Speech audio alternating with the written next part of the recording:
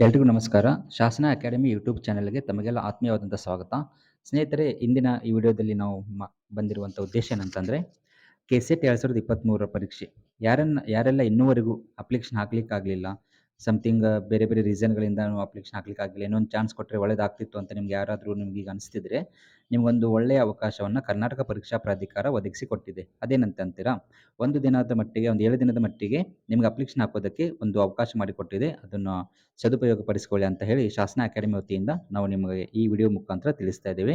ಮೊದಲಿಗೆ ನೀವು ಕ್ರೋಮ್‌ಗೆ ಹೋಗಿ ಅಲ್ಲಿ ಕೆಎ ವೆಬ್‌ಸೈಟ್‌ನಲ್ಲಿ ಹೋಗಿ.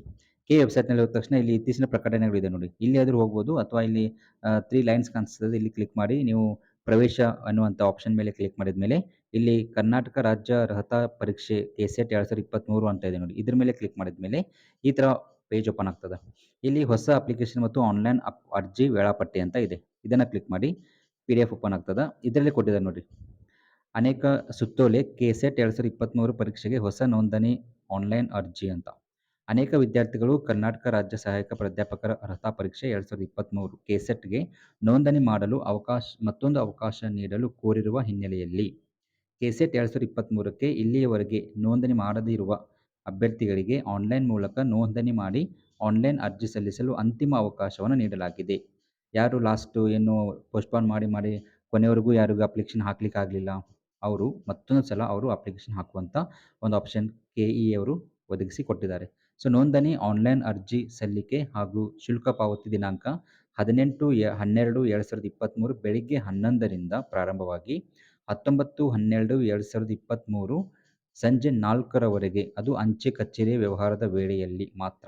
ಓಕೆ, ಅಂದರೆ 18 ತಾರೀಕಿಗೆ ಬೆಳಿಗ್ಗೆ 11 ಗಂಟೆಯಿಂದ ಪೇಜ್ ಓಪನ್ ಆಗ್ತದೆ. ನಿಮ್ಮದು ಆನ್ಲೈನ್ ಅಪ್ಲಿಕೇಶನ್ ಪೇಜ್ ಓಪನ್ ಆಗ್ತದೆ. ಎಲ್ಲಿ ತನಕ ಇರ್ತದೆ ಅಂತಂದರೆ 19/12/2023 ಸಂಜೆ 4ರವರೆಗೆ ಇರ್ತದೆ. ಸೊ 4 ಅಂದರೆ ನೀವು 4 ಗಂಟೆಗೆ ಅಂದರೆ 3 ಅವರ್ 55 ಮಿನಿಟ್ಸ್ ಅಂದರೆ 3 ಗಂಟೆ 59 ನಿಮಿಷಕ್ಕೆ ಹೋಗಿ ಅಪ್ಲಿಕೇಶನ್ ಹಾಕಿ ನಮಗೆ ಪೋಸ್ಟಲ್ಲಿ ತುಂಬಿಕೊಳ್ತಾ ಇಲ್ರಿ ಅಂತ ಹೇಳೋಂಗಿಲ್ಲ. ನೀವು 18ಕ್ಕೆ ಅಪ್ಲಿಕೇಶನ್ ಹಾಕಿ 19ರ ಸಂಜೆ 4 ಗಂಟೆವರೆಗೂ ಕೂಡ ನಿಮಗೆ ಅಂಚೆ ಕಚೇರಿಯಲ್ಲಿ ಪೇಮೆಂಟನ್ನು ಮಾಡೋದಕ್ಕೆ ಅವಕಾಶ ಇರ್ತದೆ.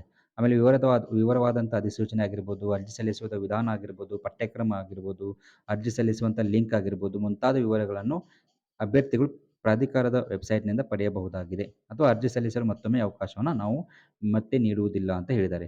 ಆಮೇಲೆ ಮೇಲ್ಕಂಡ ದಿನಾಂಕಗಳಂದು ಮತ್ತೊಂದು ಸೂಚನೆ ಇದೆ ನೋಡಿ. ಮೇಲ್ಕಂಡ ದಿನಾಂಕಗಳಂದು ಅರ್ಜಿ ಸಲ್ಲಿಸುವ ಅಭ್ಯರ್ಥಿಗಳಿಗೆ ಬೆಂಗಳೂರು ಪರೀಕ್ಷಾ ಕೇಂದ್ರದಲ್ಲಿ ಮಾತ್ರ ಅವಕಾಶ ನೀಡಲಾಗುವುದು ಅಂತೇಳಿ. ಅಂದರೆ ಯಾವುದೇ ಸಬ್ಜೆಕ್ಟ್‌ನವರು ನೀವು ಕೆಸೆಟ್‌ನಲ್ಲಿ ಬರಿತಾ ಇದ್ದೀರಿ ಅಂತಂದರೆ, ಯಾವುದೇ ಸಬ್ಜೆಕ್ಟ್‌ನ ವಿದ್ಯಾರ್ಥಿಗಳಾಗಿರ್ಬೋದು, ನೀವು ಬೆಂಗಳೂರಿಗೆ ಹೋಗಿ ಎಕ್ಸಾಮ್ ಬರಿಬೇಕು. ಓಕೆ, ಇದೊಂದು ನಿಮ್ಮ ಗಮನದಲ್ಲಿ ಇರಲಿ. ಹಾಗೆ ಈಗ ಮೊನ್ನೆ ಮಾಡಿದ್ರು ನೋಡಿ, ಬಿಜಾಪುರ ಇದ್ದವರನ್ನು ಅವರು ಇದಕ್ಕೆ ಕರೆದಿದ್ದಾರೆ, ಎಲ್ಲಿ ತುಮಕೂರಿಗೆ. ಗುಲ್ಬರ್ಗ ಅಪ್ಲೈ ಮಾಡಿದವರನ್ನು ಬೆಂಗಳೂರಿಗೆ ಕರೆದಿದ್ದಾರೆ. ಸೊ ಈಗ ಯಾರು 18 ಮತ್ತು 19ಕ್ಕೆ ಯಾರು ಅಪ್ಲಿಕೇಶನ್ ಹಾಕ್ತಾ ಇದ್ದೀರಲ್ವಾ, ಅವರೆಲ್ಲರೂ ಕೂಡ ಬೆಂಗಳೂರಿಗೆ ಹೋಗಿ ಪರೀಕ್ಷೆ ಬರಿಬೇಕಾಗ್ತದೆ. ಸೊ ನೀವು ಬೆಂಗಳೂರಿಗೆ ಹೋಗಿ ಎಕ್ಸಾಮ್ ಬರೀಲಿಕ್ಕೆ ನಿಮಗೆ ಆಗ್ತದೆ ಅಂತಂದರೆ ನೀವು ಅಪ್ಲೈ ಮಾಡಿ ಮತ್ತು ಪ್ರಿಪ್ರೇಷನನ್ನು ಈಗಿಂದನೇ ಸ್ಟಾರ್ಟ್ ಮಾಡಿ ಅಂತ ಹೇಳ್ತಾ, ನಮ್ಮ ಈ ಹಿಂದಿನ ವಿಡಿಯೋ ಮುಗಿಸೋಕ್ಕಿಂತ ಮುಂಚೆ ಮತ್ತೊಂದು ಆಪ್ಷನ್ ಇದೆ ನೋಡಿ. ಕೆಸೆಟ್ ಆನ್ಲೈನ್ ಲಿಂಕ್ ಅಪ್ಲಿಕೇಶನ್ ಅಂತ ಇದೆ ಲಿಂಕ್. ಇದನ್ನು ಕ್ಲಿಕ್ ಮಾಡಿದರೆ ಈ ಥರ ಓಪನ್ ಆಗ್ತದೆ. ಆಮೇಲೆ ನೀವು ಅರ್ಹತಾ ಪರೀಕ್ಷೆ ಅರ್ಜಿ ಸಲ್ಲಿಸಿ. ಈ ಥರ ಈಗ ಓಪನ್ ಆಗೋದಿಲ್ಲ. ಯಾಕಂದ್ರೆ 11 ಗಂಟೆಗೆ 18 ತಾರೀಕಿನ 14 ಬೆಳಿಗ್ಗೆ 10 ಗಂಟೆಗೆ ಅವರು ಲಿಂಕ್ ಓಪನ್ ಮಾಡ್ತೀನಿ ಅಂತ ಹೇಳಿದ್ದಾರೆ. ಸೊ 11 ಗಂಟೆಯಿಂದ. ಸೊ ಆವಾಗಲೇ ಲಿಂಕ್ ಓಪನ್ ಆಗೋದು. ಅಲ್ಲಿವರೆಗೂ ಲಿಂಕ್ ಓಪನ್ ಆಗೋದಿಲ್ಲ. ಓಕೆ, 18ರಿಂದ ನೀವು 18 ಮತ್ತು 19ಕ್ಕೆ 2 ದಿನ ನೀವು ಅಪ್ಲಿಕೇಶನ್ ಹಾಕೋದಕ್ಕೆ ನಿಮಗೆ ಕರ್ನಾಟಕ ಪರೀಕ್ಷಾ ಪ್ರಾಧಿಕಾರ ಅವಕಾಶವನ್ನು ಕಲ್ಪಿಸಿಕೊಟ್ಟಿರುವಂಥದ್ದು. ಓಕೆ, ಇಷ್ಟು ಈ ವಿಡಿಯೋನ ಮಾಹಿತಿಯನ್ನು ಸಲ್ಲಿಸಬೇಕಾಗಿತ್ತು.